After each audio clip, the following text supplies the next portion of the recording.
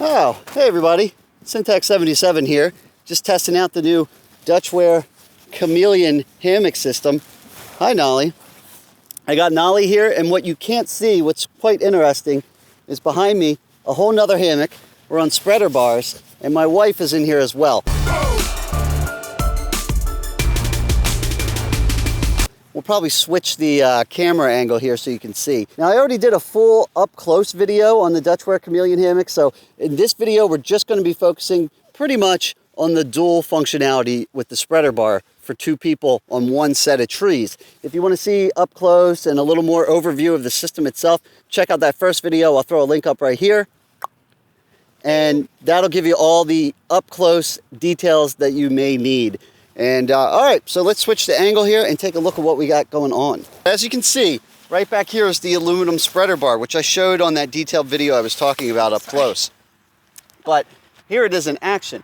So it goes between the two of us, locks into those new Beetle Buckles, and it keeps us just far enough apart that we're not bumped right up against each other.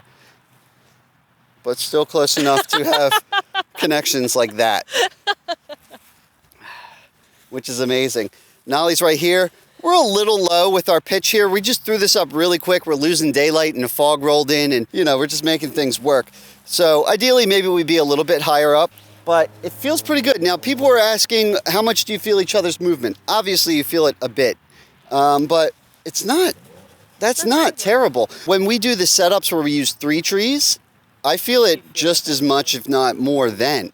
Because you're still connected to the same tree and then split out to 2 separate ones in a triangle. And we feel each other totally, depending, especially if it's like a smaller tree, right? Yes. Sarah's on laughing gas for this video, by the way, no. so just deal with that. Kids, don't go to the dentist.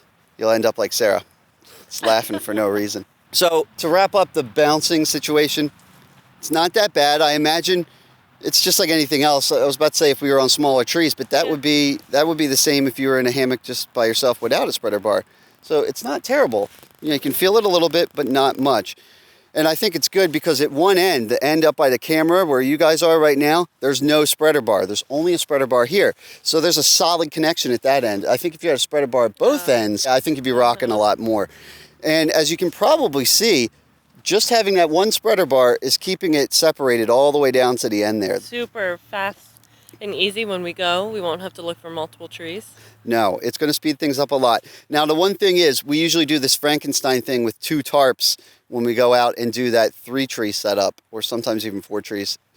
With this, 1 tarp will go over us, but we're obviously going to need a bigger tarp than some of the ones I have. Like my Cuban Hex tarp from Hammock Gear, that is the standard width, and Dutch gave me a heads up about this. Probably not going to work, especially now that I see it like this. I can see I'm probably going to have to use my larger Hennessy 10x12 tarp, and we'll throw that up and check that out in a minute. Now, another thing that Dutch did mention to me, this bar is 36 inches across. It's actually in 2 pieces. When you put them together, it's 36 inches across. He did say, for experimenting with different tarps and whatnot, that you can cut this bar down and make it shorter. I think he said he prefers either 32 or 34 inches himself. So either way, you can experiment with that bar and get it shorter. Obviously, you're going to lose space between you. But from what Dutch also said, you'll get even... Oh, look, we're holding hands. From what Dutch even said is... Oh, my God. Oh my God. From what Dutch said as well, the less space, the shorter your spreader bar is, the less seesaw action you'll get. So if you find you're getting kind of annoyed by that bounce that we were talking about, which I don't think is really an issue, then you could experiment with a shorter spreader bar setup as well. The setup was pretty easy. Just find the same trees you would. Oh, you know what though? At first we put this on some trees that were about as close together as you'd want to get. It was kind of pushing it. And for a single hammock, I probably would have pulled it off. But with the spreader bar, I'd say give yourself a little extra space in between trees. Because when we were choked up tight on those trees, this spreader bar was only, what, a foot away from the tree at the most? Oh, yeah. So you got this really hard angle of the Dyneema straps going through the carabiners at a really hard angle towards the pole. And, ideally, you don't want that. You want it to come kind of evenly off the tree so you're not putting a lot of stress on those carabiners. So I would say give yourself a little extra space between trees so that you get a nice gentle slope like we have here. And It feels like it's more stable too. It was rocking a lot more, I think, now that I think about it, when it was choked up close against the tree. With it like this, it feels pretty rock solid. Somebody else also mentioned they're kind of nervous about that bar maybe popping out. We were messing around with these hammocks a lot. Now that we're in it, there's no way that bar is coming out. Because of the pressure, yeah. Right. I mean, it's... I guess they were thinking maybe before you get in that it would pop out. Even the weight of the hammocks, which is only, less than a pound a piece or something like that, even the weight of just the empty hammocks was enough that those bars weren't going anywhere, and we were jostling them around and whatnot. And they never popped out. No. Of course, it's the first time we're using it, but I would say it's not an issue. I wouldn't worry about that at all. All right, I'm going to throw that tarp up real quick, my Hennessy tarp, and we'll see what that looks like. Actually, you notice when I get out, my hammock goes up and you go down, and Nolly is thoroughly confused. All right, so there is the Hennessy Deluxe Hex tarp on there. Yeah, and there is Sara. Now, this tarp has worked just fine for me with 11-foot hammocks, and that's what the Chameleon is. But here's something important to point out, and a tip that Dutch gave me, and that's that this system pretty much begs, in his own words, to use a rectangular tarp, and I'm going to show you why. Now, normally, this big old 10 by 12-foot tarp works fine with my 11-foot hammocks, but you'll see right here, I am pushing the limits here, and it's like this on both sides. This hammock body is right up to the edge of the tarp. Now, why is that? Well, quite simply, the tarp tapers, and typically your hammock is going to be running straight down the middle there where it is the longest.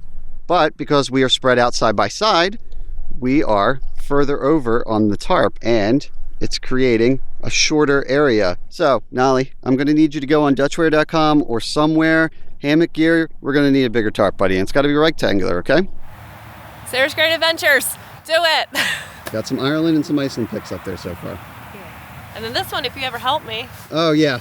Yeah, that's why I got to go right now, because we're running out of light and you need a picture of this for the Instagram, at Sara's Great Adventures. All right, let's get that picture and we'll wrap this video up. So there you have it. I'm digging it. The Dutchware Chameleon hammock system in dual mode, or as I like to call it, double Dutch. I'm looking forward to getting out on the trail. That's really it. Just a quick video. I wanted to show you guys how it looks actually out here in the field with the spreader bar action. It is not as weird as some of you might think as far as bouncing around. Super comfy. It gets a thumbs up from Sara and I. So if you're out there looking for a solution, I would say definitely check this out. Also, keep in mind, on Dutch's Kickstarter, you can pick up just the strap and buckle system, the suspension that you see here. And on his website, he's already selling that spreader bar that I just showed you. So you could retrofit one of your own hammocks with this. I don't see why not, and get yourself going. Till next time, I'm Syntax77, and you have fun out there.